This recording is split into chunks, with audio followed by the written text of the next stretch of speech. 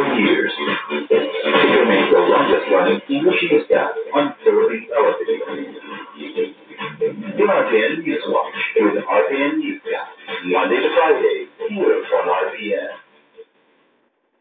Magandang umaga, Pilipinas. Ito na mga balita mula dito sa Region 12. At sa Tilingang. Sige. Sama na ay. Sige na. Magandang umaga, Pilipinas. Ito na mga balita mula dito sa Region 12. Isang phone shop, tinangkang luban. Ilang lugar dito sa lungsod ng General Santos, binaha. Department of Agrarian Agriculture o Department of Agriculture Region 12 naghatid ng tulong sa mga naapektuhan ng Bagyong Pablo sa North Cotabato. Ilang lugar sa lungsod ng General Santos ang binaha kahapon. Abot tuhod ang naging baha kahapon dahil sa malakas na buhos na ulan na sanhi ng Intertropical Convergence Zone o ITCZ at low pressure area. Bukod sa lungsod ng General Santos, binaha din ang Norala, South Cotabato na 7 barangay ang naapektuhan. Ito ay ayon kay Regional Assistant Director ng Office of Civil Defense, Jerome Barranco. Isang phone shop ang tinangkang luban dito sa lungsod ng General Santos noong nakaraang madaling araw ng Sabado. Ayon sa mga empleyado ng naturang phone shop na kung saan doon din natutulog.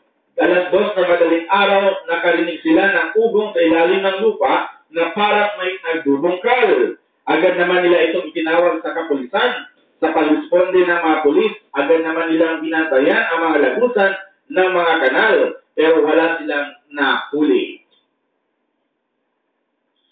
Ayon sa mga kapulisan, ang tangkang pagluloob sa Tabunting Phone Shop sa May Kagabang Street dito sa lungsod noong nakaraang Sabado ng madaling araw ay bahagi ng mga operasyon ng Asa Tilingang. Inuugnay ngayon ng mga kapulisan ang pangyayari sa panluloob sa Mercedes Phone Shop noong nakaraang linggo na kung saan mahigit 1 milyon ang nakuha ng mga magnanakaw.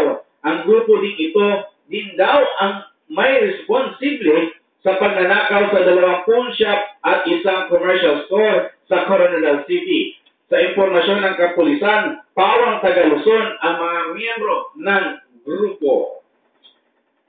Nangangamba ngayon ang mga negosyante, lalo na yung mga may-ari ng phone shop dito sa lungsod, dahil na rin sa sunod-sunod na pagnanakaw ng Asa Tilingang dito sa rehiyon. Hinikayat ngayon ng kapulisan ng mga negosyante na maging maingat at mapagmatyag sa kailang negosyo na kung sakaling may napansin silang hindi kanais-nais ay agad nila itong i-report sa malapit na himpilan ng kapulisan at nangako naman ang kapulisan na mabilis na responde.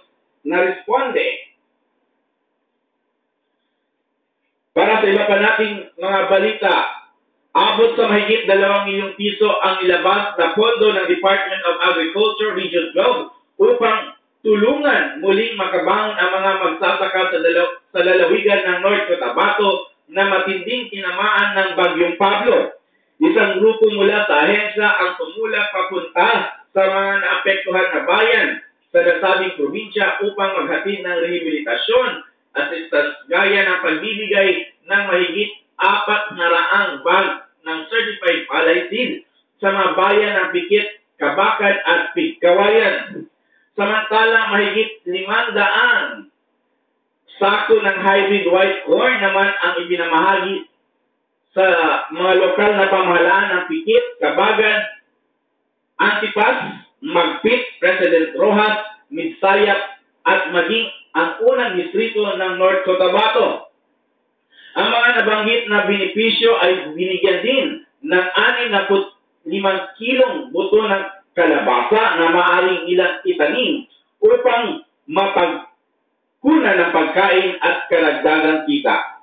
Batay sa ulat, tinatayang mahigit 580 corn at rice production area sa probinsya ang naapektuhan matapos malubog sa baha dahil sa Bagyong Pablo.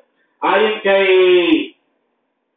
Department of Agriculture Region 12 Executive Director Amalia Hayag Datukan, ang mga ayudang ibinigay sa mga magsasaka ay agarang tulong sa mga ito upang muling makaahon mula sa pansamantalang idinulot sa nasabing bagyo. Ang mga certified palay seed at hybrid white corn seed na ibinigay sa Department of Agriculture Region 12, ayon kay Director Dadukan, ay maaari nilang itanim sa kanilang mga palayan at maisan na matinding sinalanta ng bagyo. Ang mga pinamahaging palay seed ay nagmula sa Buffer Stock Program ng Agri-Pinoy Rice Program, habang ang corn seed ay pinunduhan mula sa Quick Response Fund ng Agri-Pinoy Corn Program. Galing naman sa Agri-Pinoy High Value Crops Development Program ang mga buto ng kalabasa. Pinangunahan ni Department of Agriculture Region 12 Regional Technical Director for Research and Regulation Enriquito Natividad ang pamamahagi ng nasabing mga tulong sa nasabing lalawigan noong ika-27 ng Disyembre noong nakaraang taon. Maliban sa North Cotabato, aabot din sa mahigit 15 milyong piso ang hinihatid ng Department of Agriculture Region 12 sa magkasunod na relief at rehabilitation assistance nito sa lalawigan ng Campos de la Valle, Davao del Norte at Davao Oriental. Lahat nasa Region 11 na matinding winasak ng Bagyong Pablo. Masayang sinalubong ng lokal na pamahalaan ng Pampakan ang dalawang grupo na mga magsasaka ang taong 2013 matapos makuha ang tig-iisang unit ng 4-wheel drive tractor mula sa Department of Agriculture Region 12. Mismo si Tampakan Mayor Leonardo Escobillo ang kumuha ng isang unit sa isinagawang formal na turnover ceremony noong ika-28 ng Disyembre ng nakaraang taon na pinamunahan ni Department of Agriculture Region 12 Regional Technical Director for Operations Dr. Jaime Olivo. Nauna rito na uwi ng Carmen Farmers Association mula sa bayan ng Carmen North Cotabato at kooperatiba ng mga magsasakang Pilipino sa Timog Cotabato o Comatiko sa Coronadal City ang kaparehong unit ng tractor. Ayon kay Department of Agriculture Region 12 Regional Corn Program Coordinator Saldi Baloron, ang pagbibigay ng nasabing makinarya ay bahagi ng 75 to 25% counterpart scheme ng program. Aniya, nagkakahalaga ng 2,360,000 ang bawat unit ng tractor na kung saan inako ng Department of Agriculture ang 75% nito na umabot sa 1,770,000 pesos, habang ang natitirang 25% ay katumbas ay 590,000 ay ang counterpart ng mga benepisyaryo. Ibinahagi rin ni Baloron ang unit ng tractor na nakuha sa Tampakan LGU ay bahagi ng Food Staples Self-Sufficiency Program o FSSP ng Kagawaran, katuwang ang Area Development Program Office ng SOC Sergeant na siyang namili ng maging benepisyo ng nasabing unit. Habang ang natitirang 2 unit ay sa ilalim ng regular program ng Agri-Pinoy, maisan na kung saan ang mga grupo ng mga magsasaka ay magsumiti ng kailang letter of intent at project proposal sa region office at sa sumailalim pa sa isang mabusising evaluasyon. Ipinahayag naman ng Department of Agriculture Region 12 Regional Executive Director Amalia Hayag Datukan na mas marami pang mga grupo na mga magsasaka at mga lokal na pamahalaan ang makikinabang mula sa Kagawaran. Dahil umabot na sa mahigit 1.5 bilyong piso ang inilaang pondo para sa rehiyon ngayong 2013.